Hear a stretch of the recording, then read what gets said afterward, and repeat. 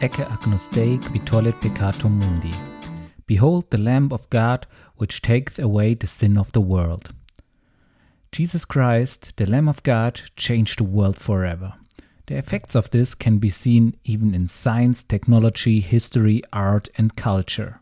In this podcast, we explore these effects and learn what it means for us today to follow the Lamb. I'm Joshua Göcking, and you're listening to the Follow the Lamb podcast. Episode 11. To be or not to be. What a piece of work is man, how noble in reason, how infinite in faculties, in form and moving, how express and admirable in action, how like an angel in apprehension, how like a god, beauty of the world, the paragon of animals, and yet, to me, what is this quintessence of dust? Hamlet, William Shakespeare. Shakespeare's Hamlet is considered the greatest play in English literature, if not in all of modern Western literature.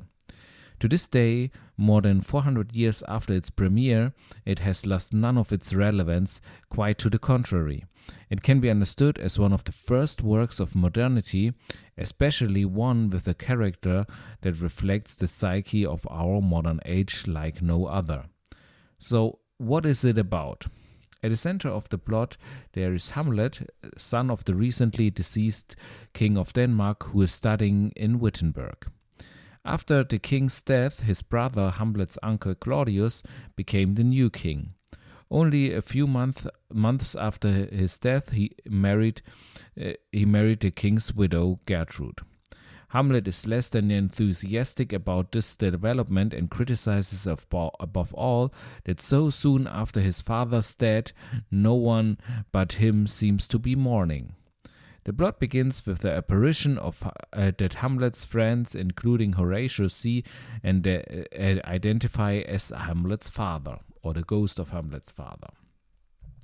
Something's rotten in the state of Denmark, is how Hamlet's friend Marcellus aptly sums up the situation. They alert Hamlet to the apparition, and the following night he joins them and sees the ghost as well. It begins to speak to him and reveals itself to be the ghost of Hamlet's father. It also reveals that the new king, Claudius, his brother, murdered him and demands that Hamlet avenge him.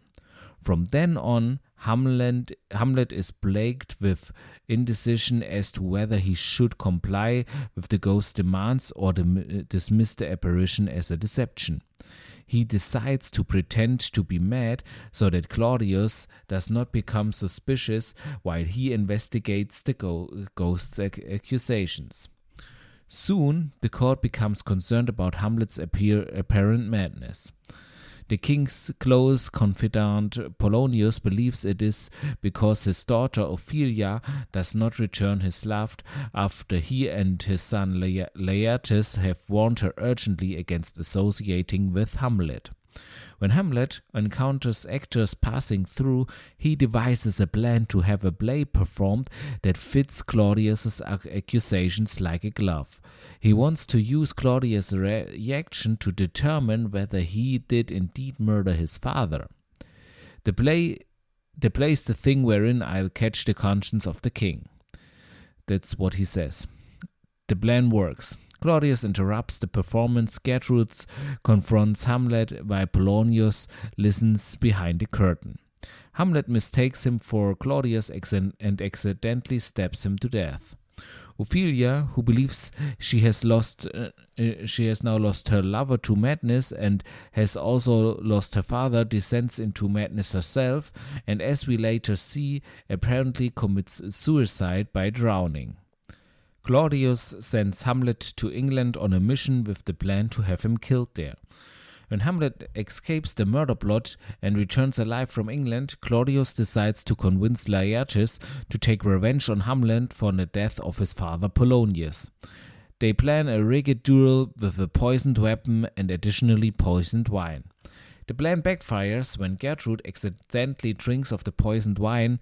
Hamlet and Laertes are both fatally wounded with the poisoned blade, and Claudius is killed by Hamlet before Hamlet himself dies. In his last words, Hamlet asks Horatio to tell his story and gives his consent for Fortinbras, the king of Norway, who invades from Poland to rule his country in the future.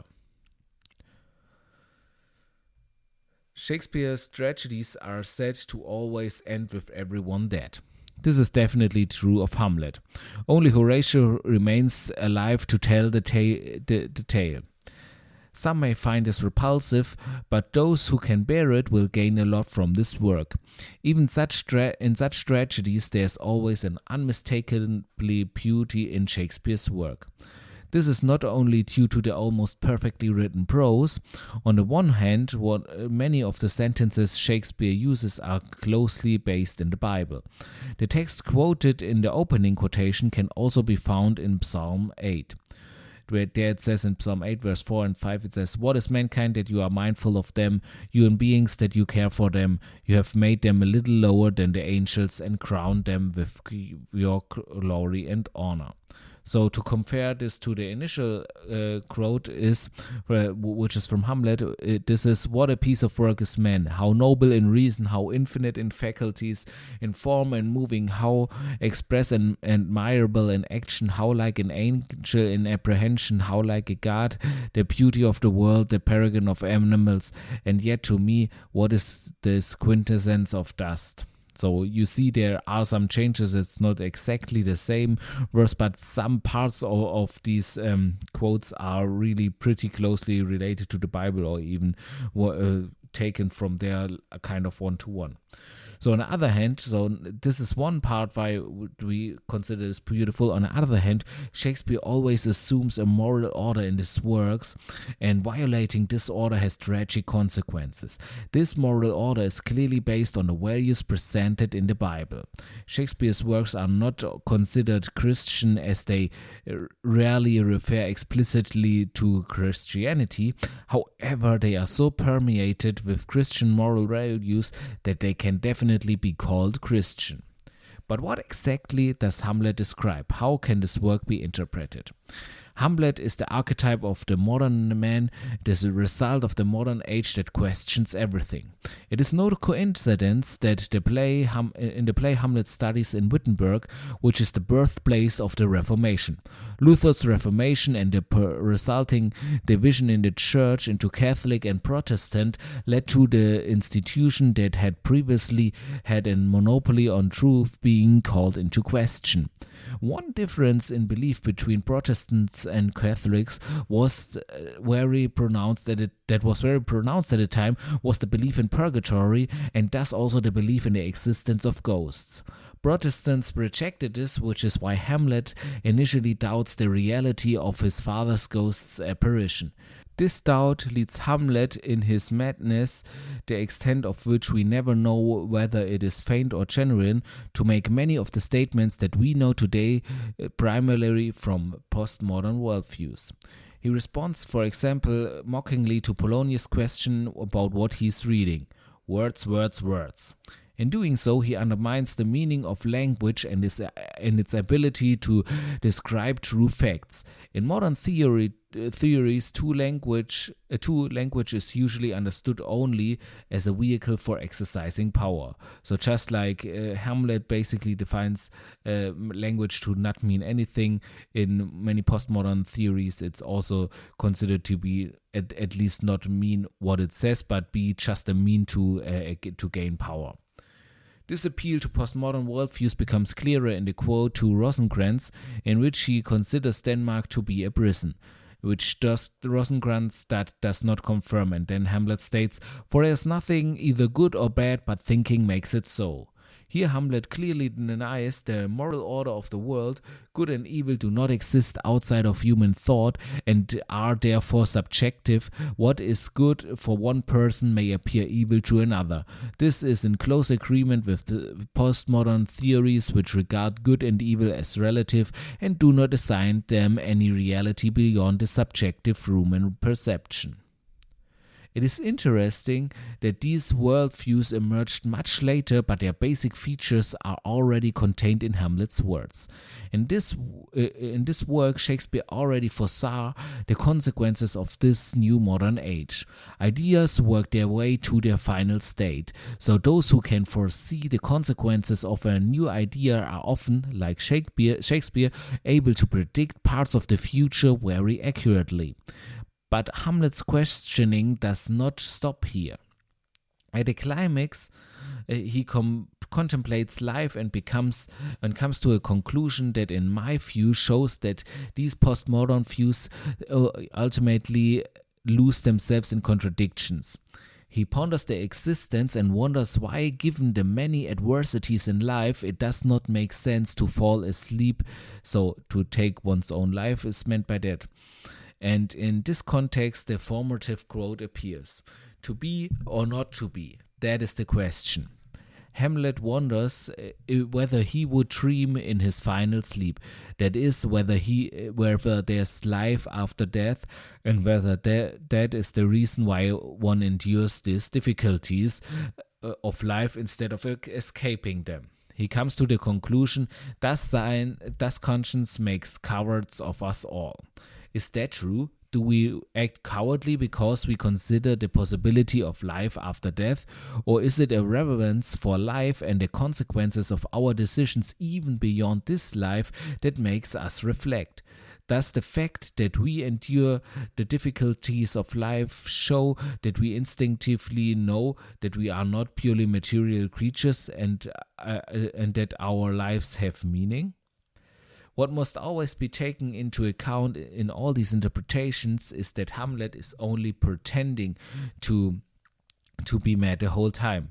So he knows that the thoughts he expresses when he questions the meaning of words or relativizes good and evil, what he says is not true. From this we can conclude that modern man seems to know subconsciously that these ideas are not true, but nevertheless he clings to them. Hamlet does this in order to figure out the next steps without attracting attention. Why do we do it? Are we also still trying to find clarity for our next steps in this situation in which there is no definitive stand for what is true? So the tragic consequences of this indecision of Hamlet's are not only evident in the tragic ending of the play. They are even before that. We see that Hamlet drives the innocent Ophelia into madness, ultimately also into suicide through his feigned madness and his accidental murder of her father. This shows that our actions not only have consequences for us, but also, without us wanting it, for innocent third parties. This makes it all the more important that we see clarity in such situations instead of flirting with ideas that sound good but are nonsensical. So this is the fate of Ophelia, and this is what also Taylor Swift sings about in her new album, although I am really not sure if we are talking here about the same Ophelia, but I think I will leave that as it is. I won't say more about that.